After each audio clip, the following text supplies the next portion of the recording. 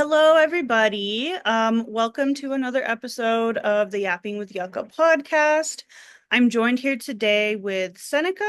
We're starting a new series called Yucca Staff Highlights, where we kind of go over and highlight the different staff members of Yucca so you guys can get to know us. And yeah, so Bianca will be joining us later, but I'm starting right now with Seneca.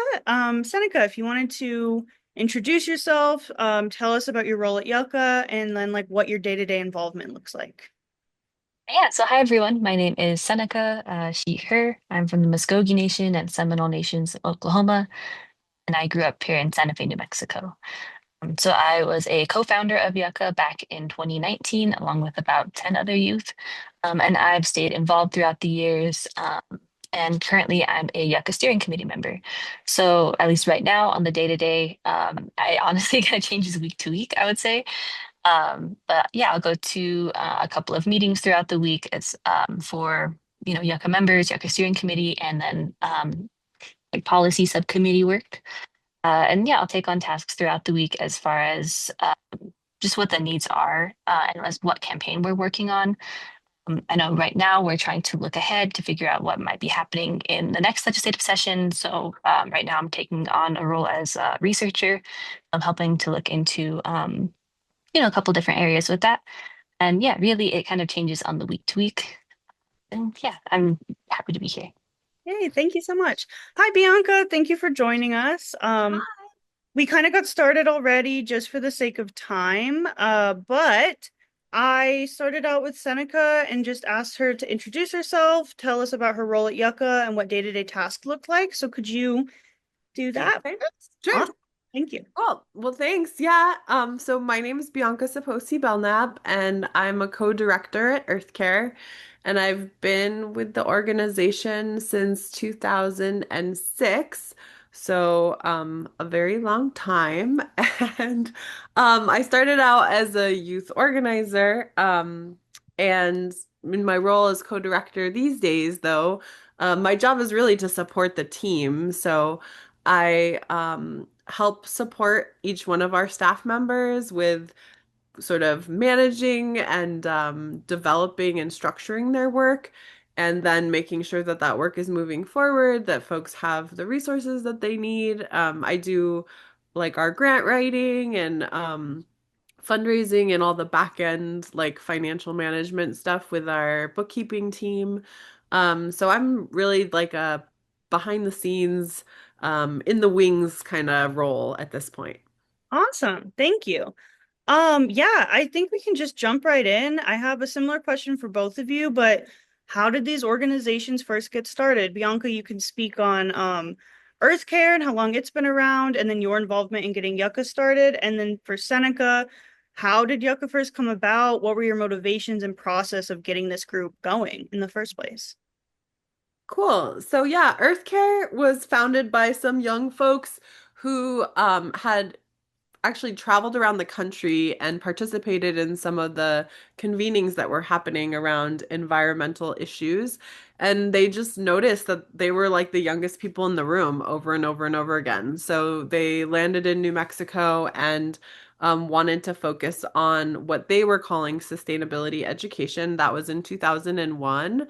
So that's when the organization was founded. And the organization has done all kinds of work over the years, but the sort of focus has always been the idea that we need to center young people in our movements for social change, that young people have always been at the fore of movement spaces throughout history, and have always been sort of in that position of challenging the status quo, because as we are growing up, we as we come into our adolescence, we're like, why do we do things this way? This is dumb, or this is totally unjust, or this is hurtful and harmful. And so, throughout history, young people have always been sort of the voice of a different, more bold vision and for change. And so they were thinking like, we need to create an organization that's focused on making that space for young people to lead environmental work here, in Santa Fe was where it was founded, but in northern New Mexico. And so they have did everything for those first few years. They did everything from like convening young people and movement leaders from different sectors of social change work for conferences to also like offering classes that were from a sustainability lens. And sustainability to them meant sort of the intersection between environmental and social issues. Um, but then when I came on in 2006, they had gotten a grant to work with the Santa Fe Mountain Center and the Indian School, and also Enlace, which is like a program to really support the leadership of our Chicano community. And so they pulled together a bunch of the staff from those organizations and they conceptualized like this idea of maybe like a leadership training program. And then they realized, oh, we need someone to coordinate this, so we need to hire someone. So I was hired to develop and run that program. And that was when I, as a young person, had come home to New Mexico and had the chance to start directly organizing young people in my community. And at that point, the focus was high school age students. And we created a program called Youth Allies with that like list of partners. So it was a really cool program that really developed like cross-cultural leadership in our participants. But it was also like an educational model. So it was the idea was like, let's bring young people in, let's train them in these core skills. Let's also make sure to bring like youth from the immigrant community, from like the northern New Mexican, like Hispano community and Chicano community, and then also definitely like the indigenous community. Let's center this idea of decolonization at the core of the curriculum. Um, and so that was really juicy, but it was really focused on like youth leadership.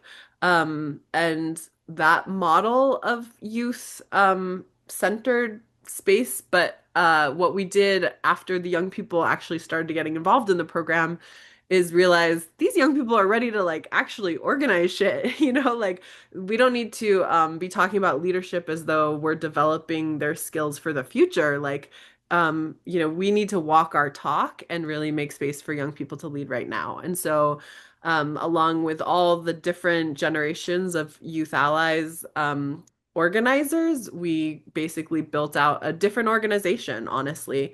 And so EarthCare at this point is very different than it started out.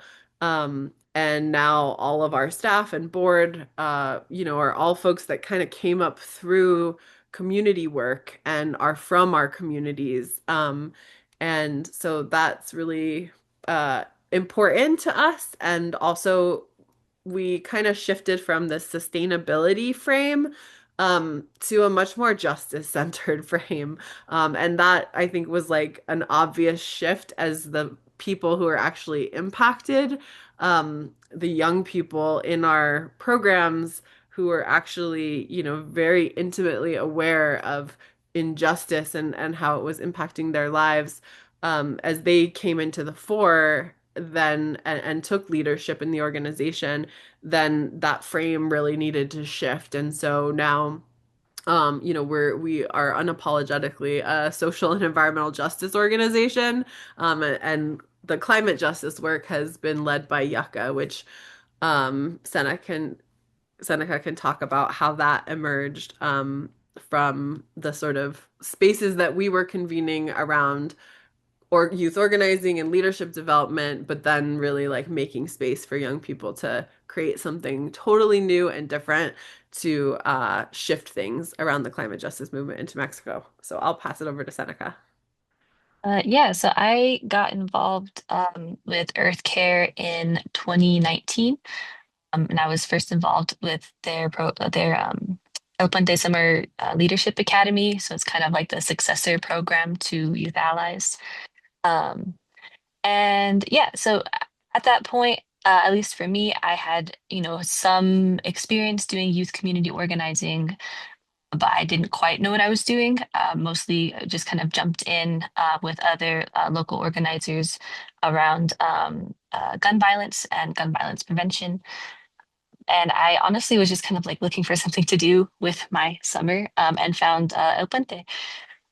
And like Bianca said, it is a summer leadership academy that focus not on like the future of like what you could do, when you have developed these skills, but like what can you do where you're at now and how can we, build on the foundations that already exist and the knowledge that you already have. And yeah, it was a really powerful moment for me and a lot of the other students that were involved in the program. Again, for me, I had never really thought of myself as a leader in that sense. Or somebody that could really enact that kind of like larger scale change. And so, with a lot of like I guess background support from the trainers, the adult allies, and also just from the other youth that were, also all in the same space, wanting to, make something happen and having the time and space to really just like dream about like what kind of community we want to live in, what kind of future we want to live in, and break down the barriers as far as like why don't we already live in a community like this? Like why hasn't this happened? What like previous efforts have been made and why did or didn't they work? Yeah, it was in the summer of 2019. That's when I got involved, and throughout that summer, a lot of times, as we were talking about the problems that we're facing in our communities, the environment kept coming up over and over. This was also during a time when the global climate strikes were gaining a lot of momentum, and like Greta Thunberg's um, mission was, starting to get like national, international attention. Uh, and yeah, I think by the end of the summer, there was a whole group of young people who were like activated and ready and wanting to do something, like feeling like we had, made a bunch of connections with each other and just ready to make something happen. So I was approached to, well, first, not we didn't even have the idea of like YUCCA on the table. Um, we were just going to organize around the climate strike and see if we can, have one in New Mexico and in Santa Fe. So we wanted to plan a September climate strike. And so yeah, it was a group of like I don't know, I think like 10 to 15 of us. With a staff support from EarthCare who came together and we were having weekly meetings to just really try and think about like, there's all of this momentum. We have like a state, like kind of global stage, but also like on the state level. There was not really any young people that had been that already had a platform as far as the environment and environmental justice goes. Oh yeah, we worked for a couple of months purely around the climate strike, and we worked, intergenerationally, cross culturally, to really try and get as many people involved as possible. So we're hosting like community meetings, visiting schools, like, doing all of these different things to try and get people involved and really be ready to not just like dream about like what do we want, but start to demand it and say like this is what we need, this is how we're going to get there, and start to like really show our power as as a community and as young people, and also explore what that meant for us, because there really wasn't a space for youth in the environmental justice movement in New Mexico at the time. And yeah, after the climate strike, or well, shortly before the climate strike, we were originally organizing with the Sunrise Movement, and we, felt we wanted a little bit more independence and agency to decide, our messaging for ourselves. And so we, came up with YUCCA for Youth United for Climate Crisis Action. And there we made our demands. And after like, several thousand people showed up to our climate strike in September, we felt like we couldn't just let this die. And we did, we wanted to keep the momentum going. And that's kind of what we did. We worked with EarthCare to create our own C3, C4 organization for YUCCA and YUCCA Action to continue to build out that space for environmental justice, for youth-led and Indigenous-led environmental justice, and to continue to demand better for our futures. So that's kind of where we started. We had originally, I think, like one, or we're kind of like sharing staff from EarthCare, but over the years, we've been able to hire a lot of independent, or not, I guess not independent, but over the years, we've been able to hire a lot of dedicated staff members for Yucca work.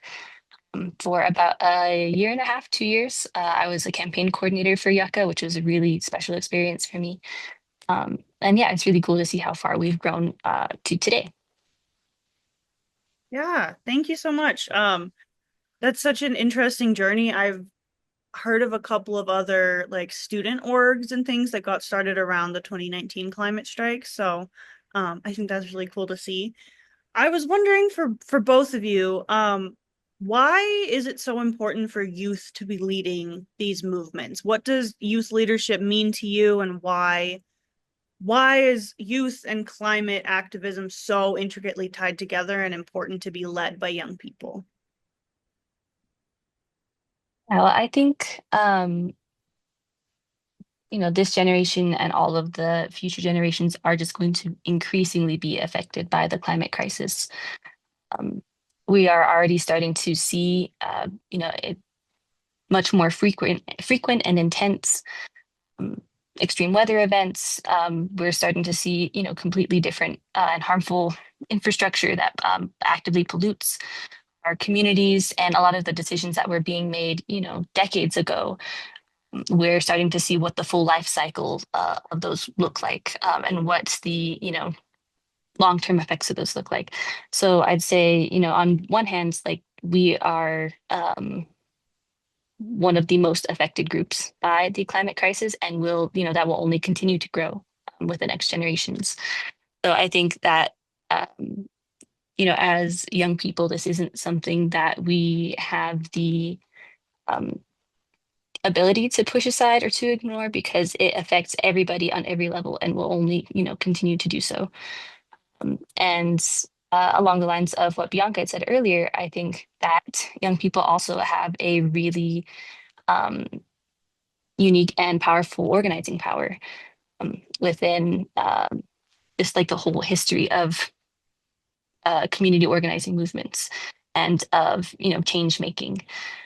I think young people have the ability to really like look beyond like, what is the world we're living in now, to talk about and really work without bounds towards like the vision of like where should we be, where do we want to be, like and I think that ability to kind of like work backwards from like where, like what is our like larger vision, enables young people to just do a lot more than um, frankly I see a lot of the kind of status quo uh, lawmakers and policymakers do a lot more than they have historically done. I think something I that really surprised me when I was first learning about policy and just generally like how a lot of decisions that will affect the whole community are made, was just how watered down they can be and how unimaginative and often how like just complacent people are, and I guess complacent these ideas are. And so I think the energy that young people can bring, the ideas and the willingness to just commit, everything to try to take risks is really powerful. And of course, it's not just youth, it's always intergenerational. But I think to be creating a future without the people who are living in it is irresponsible. So if, people are organizing, making decisions without young people, um, not just present, but like that are actively part of leading it, I think that it is a unbalanced movement. I don't know if you have anything that you want to add, Bianca, but Um, I just really appreciate everything that you said and agree with it 100%. I think the only thing that I'll add is like, as a mom now, something that has just been really striking to me has been watching how our society conditions our little ones, right? So, like, hanging out with little people who are young, they're like, we teach them kindness, we teach them sharing, we teach them, clean up after yourselves, like all these lessons that are very basic, like across cultures, we instill in our little ones this idea of like respect and care. Um, and that normally extends, beyond the self and the family to community to the environment. And yet we have all these systems that do the exact opposite. So, I have children now and they say all the time, like, why is it okay for people to be having to sleep on the street? Like they truly like can't comprehend why would this be acceptable? Like you taught us that everyone should be cared for. Why are people not caring for other people? And similarly, like just with the environment, what they see, they don't. It's learned behavior, right? This idea that we accept these systems that are destroying life, and destroying people's sort of sense of humanity, dignity, and ability to thrive. Like this is not natural. So we are conditioned to accept this, but what's beautiful is that, children will be the first ones to ask the important questions like why are we doing this? This doesn't seem right. But it's not till we get older that we're kind of coming into our own story of like who we are, who we want to be in the world, what is our particular calling. Um, and, that really starts to happen as we start to challenge the sort of ideas that we're raised with and the assumptions that we're raised with. And that happens when we're teenagers. And so it's a beautiful time, like developmentally, where we're really like figuring out who we are and what our story is and what our voice is. And then also like really challenging things that don't make sense. And so that impulse is really like it's a function of young people in culture that is essential to basically evolving culturally, right? So that we can learn and grow and fix the things that are really insane that the structures that we've built historically that have to do with white supremacy, colonization, all these ways that people have been exploited, that the earth has been exploited. These are not natural ways of doing things. And little children will ask the questions, but young people will step up and challenge that. And also the bravery that comes from like adolescence is important too. Like there's this sense of like Seneca was talking about, like what the possibilities could be, dreaming beyond the current moment and the current constraints, but also like feeling that sense of courage is so important because I think now I'm in this different role as an adult ally, working in my community, and it's really disheartening to see how people get older and because they're having to, make ends meet or whatever, and they become the, financial, whatever, the people contributing financially to their families, um, that then there's the feeling of like your hands being tied.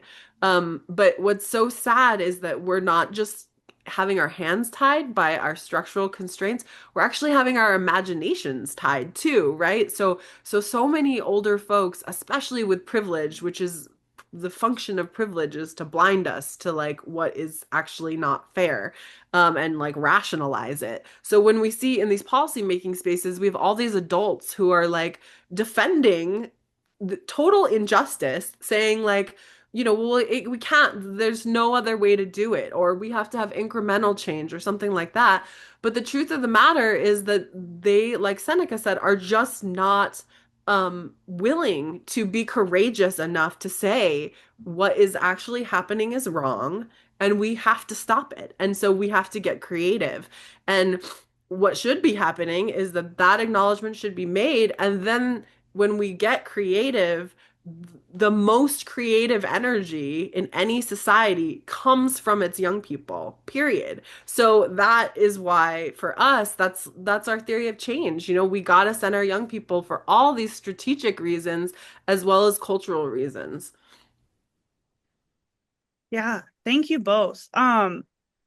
Bianca, so I like how you mentioned, and it made me how you mentioned that you are now in this adult ally role, and you mentioned that you started in EarthCare as a youth organizer, and it just kind of got me thinking about how who is the youth at the time is always changing, right? Because we're always growing up. So, how have you kind of flowed with that and fallen into this new adult ally role? And how, like, what's your philosophy when working with the new youth, the new groups of youth, and as they're growing up, even the group that there is now maybe transitioning into more adult ally roles. Can you talk about that transition and what your philosophies are?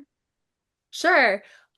So yeah, I guess to start, like even though I started organizing, I came back home, so I'm from Santa Fe, so I returned to my hometown as a young person, 24, but I did have the orientation of already needing to be an adult ally because I was 24, but I was organizing high school youth. So for me, there was a lot to learn about how to make space for those young people's ideas to really be driving the whole thing. And that's why we ended up recreating the organization, is because it hadn't been a youth organizing model before. It really was an educational model. And unfortunately, lots of times education has the presumption that, we have something to bestow upon you or something like that. And I think EarthCare kind of fell into that a little bit in terms of having that framework as opposed to an organizing framework, which is really about facilitating space so that people can, find their power and then use their power. So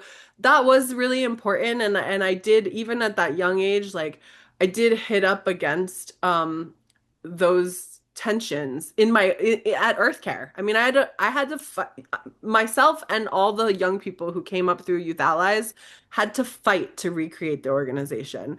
Um and luckily we were, I mean, fight as in we had to push, but luckily we were working with people who were willing to learn. And so that's one of the most important things I think about being an adult ally is number one, recognizing that your voice is not what's important. So your job is to create space and then create process and offer resources that support the young people's ideas and their own manifestation um, as leaders because they are leaders. And what we're doing is just resourcing and equipping the young people that we work with the tools they need. So that is important, is like the recognition, of course, that that's your role, but then also that in order to do that well, like any facilitation, you really have to listen and you have to pay attention. So luckily we were working with folks in our organization who were capable of listening. And so when we said, you know what, this organization really cannot be led by a bunch of white adults, like this makes no sense. We have to change things. Luckily, there was receptivity to that because of shared values and things like that. So that was really important. But I think that what has been interesting for me is at this point I work part-time for EarthCare. So at a critical moment in our history, which was like 2013-ish, I was directing several programs. So Youth Allies was one of them. And also we had like a food justice program that was working with some older young people, which was formative for me because as I grew up, I also like and our young people grew up, we realized, oh my goodness, we need to like continue to create opportunities for people's leadership. So like instead of just working with high school youth, then we started working with like college age youth and then post college, but like still young people. So we had a food justice program that I was also directing with that age of folks. So I was learning as I was growing up how to be an ally for young people who had more and more capacity, right? Because a high school, freshman who's just coming into like sort of political consciousness is very different than someone who's, been activated and has already been pursuing their own sort of vision for their life and for the world and doing social change work and then is post college, So I had to learn a lot about how to get out of the way. So that was like basically at every level, it was like, how do you continue to support but make more and more room for other people's leadership? And so then at a critical juncture, I had to step in to basically change things around more fully. So we like totally changed the board, totally changed like our organizational structure to shared leadership and all these things.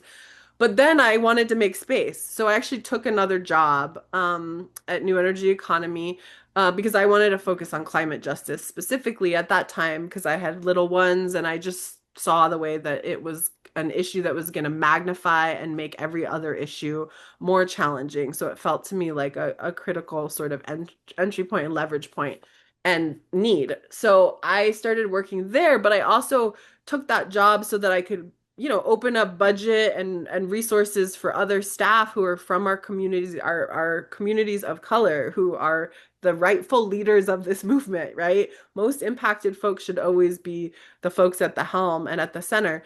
So I shifted my work and I was just volunteering half my time and then paying myself half my time, but to really cultivate other people's leadership to run the organization. Um, and then I actually, so I was like on my way out, honestly, which is an important lesson for people about allyship is like, ideally, what's happening with that is that, we're showing up in support and we're lending the resources that we have, um, because there's a recognition that, I have these skill sets in large part because of the privilege that I have. So I need to transfer these things. A lot of people make the mistake of thinking, I'm so great because I have these skills, so I need to be the one doing it. N No, actually, we need to be transferring these skills and making space.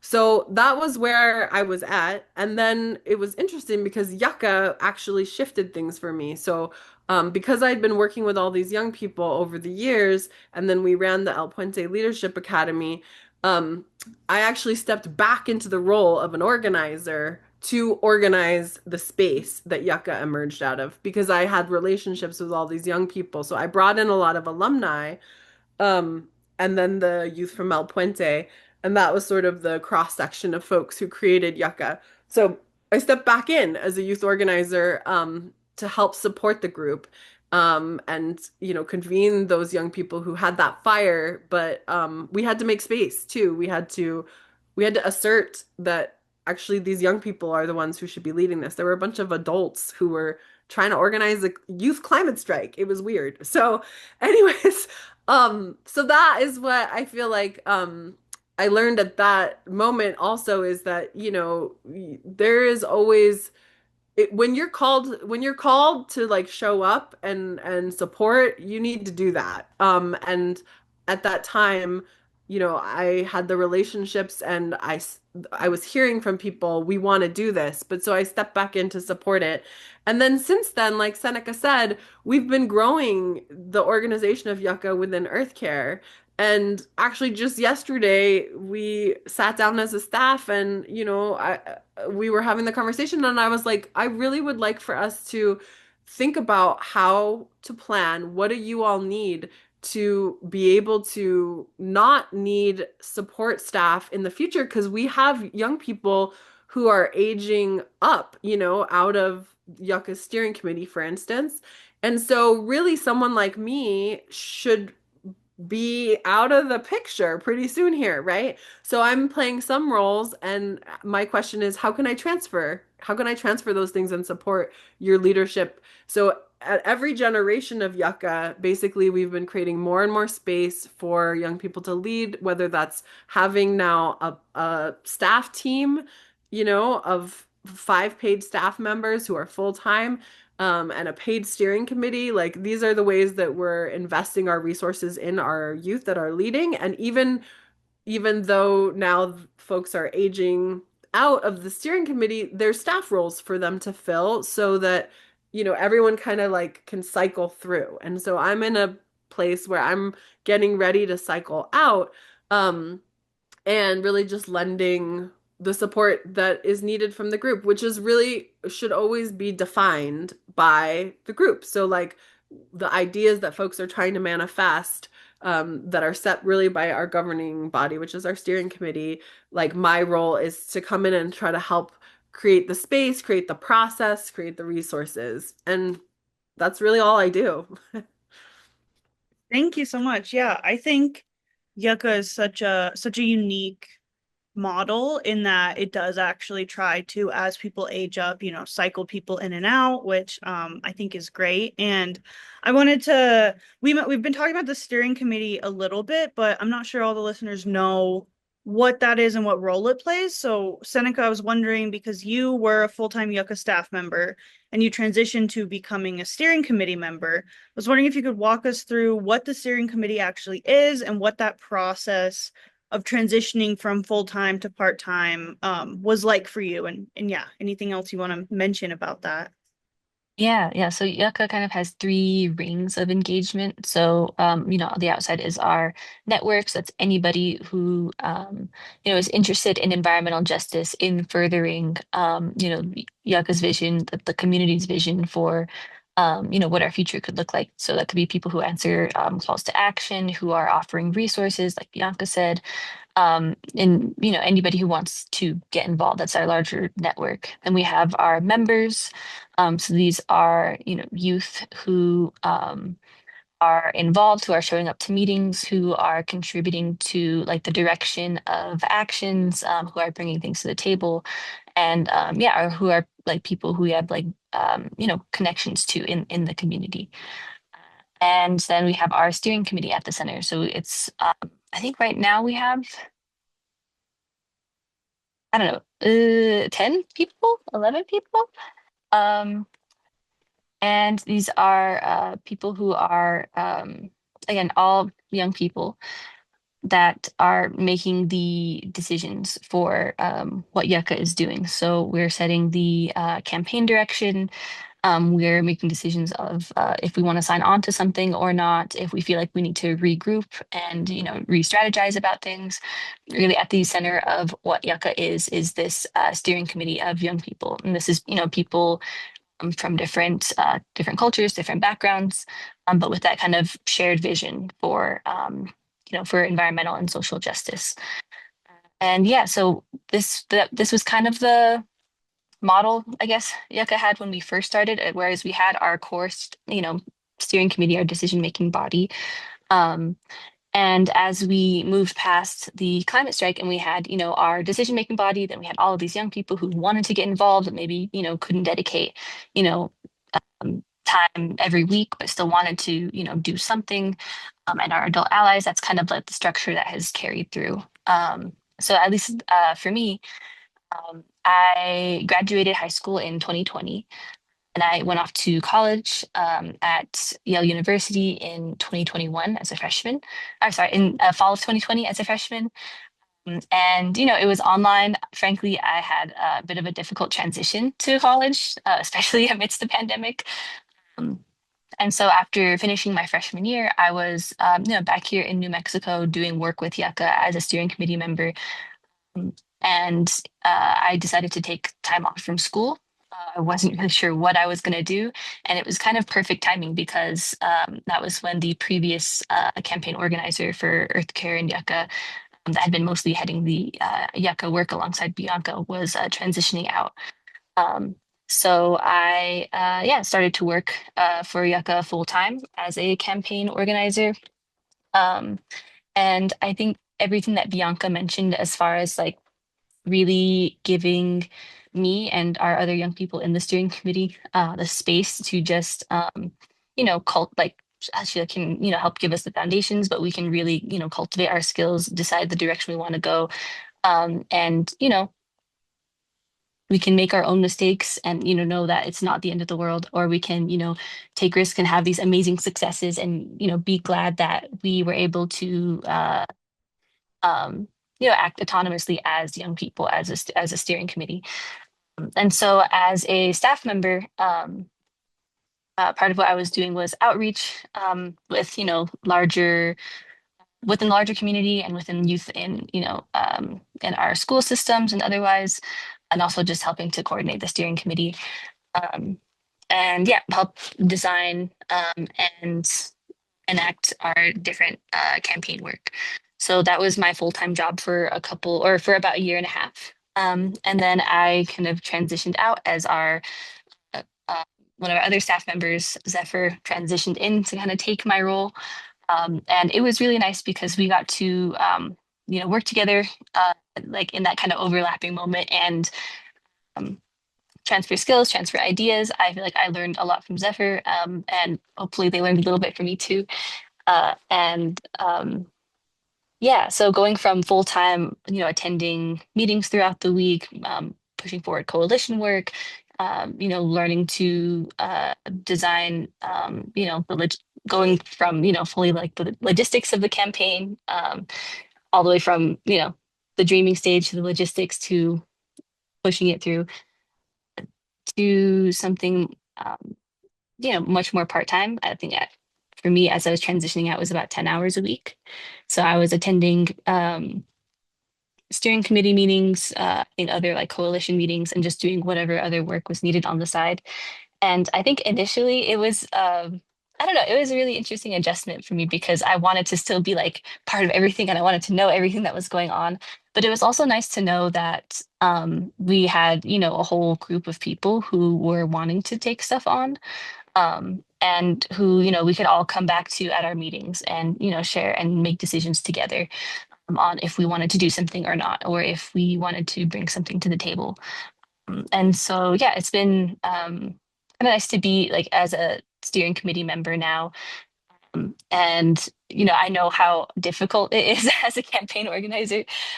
And it's really cool to see. Also, at the time when I was campaign organizer, it was me and one other dedicated staff member, Johnny, for most of my time. And so it's really nice to see that now we have, like a whole, what, like 5-person staff team, and, looking to potentially expand as well. And so it's really cool to see the way that staff can support the decisions of our steering committee, while and bring resources and information and strategies to the table we might not know otherwise, but that the steering committee can at the end of the day always have that final decision on what we want to do. Yeah, I don't know, it's been nice being able to stick with yucca for as long as as long as I have, and to see all of the kind of iterations that we've gone through. And I'm really happy with the place that yucca is at now. I feel like we have a lot of people who are very passionate and know what direction we want to move things in. Yeah. I always love to see something that you help to get started, like how much it grows and changes over time. And I, just as a member of Yucca, definitely see all the hard work that the staff and steering committee put into it. And it's cool to kind of hear the breakdown of the different layers and how the adult allies can engage, new youth can engage, someone who's been involved for a lot longer can engage. And yeah, so if you guys had to kind of give one message to the listeners of, like, from your perspective, how people can most engage in yucca or get involved in the climate justice, environmental justice movement in general, like, what would you say is the best way somebody could get started in this? Mm, I think a couple things come to mind. I think one is education. So I know it's really difficult, especially with like misinformation and stuff nowadays. But I think one of the best things to do is to, I guess, educate yourself and educate others, but and find these community connections from people who have lived experience, or from people who know more than you. Um, I think that it can be really, I think it can be really powerful to have people from different knowledge bases, different backgrounds, who are just having those initial conversations. And yeah, moving on from there too is, I guess, getting involved with community organizations. It can be difficult to give your time, so I understand that, but I think that living in the political climate we live in now, living in the physical climate we live in now, it is really important to have these support systems for yourself, and for the community at large, to be able to talk about things that are important to you, to talk about issues that you're facing, and to actually like make strategies and make plans for how to address them. I think that community organizing can be really empowering, and can, make tangible change in a time where it can be really difficult to see like positive change coming in from like a national level. So being able to, like, I think, do what you can where you can, and think, what is it that people say? Think global, act local. I think those are two, really important things to carry with yourself. And yeah, I mean, also YUCCA, we're always looking to, reach new people, to connect with new people. So if anyone's interested in becoming a member or a steering committee member, we would love to have you, and it would be amazing for people to reach out. Or if you're an adult ally or someone with resources to share, same thing. We would love to learn from you, and have you learn from us, and have that connection. Um, and yeah, I think I'll just emphasize that something really cool about YUCCA and community organizing generally is, I believe that there's a place for everybody. So whatever skill set you can bring forward, whether it is maybe you really like public speaking, maybe you really like to create art, maybe you, I don't know, just really like to do research, or, maybe spreadsheets is your thing, whatever it is. I think there is a place in doing, social and environmental justice movement work. It's just a matter of, plugging in and finding that place within this larger movement. But whatever skills you have or don't have, whatever place you're coming from, I think that there is, um, I hope that you can find a sense of belonging.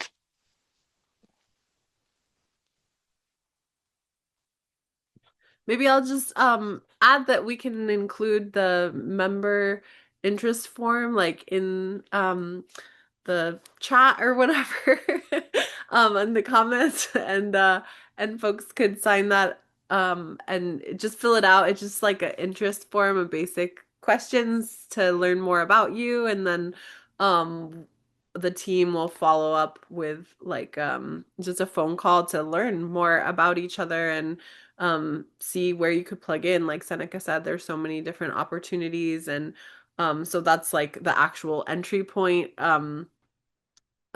process, and then also just like recognizing that there are so many decisions happening every day that are impacting the future, our water, our air, our land, our human health.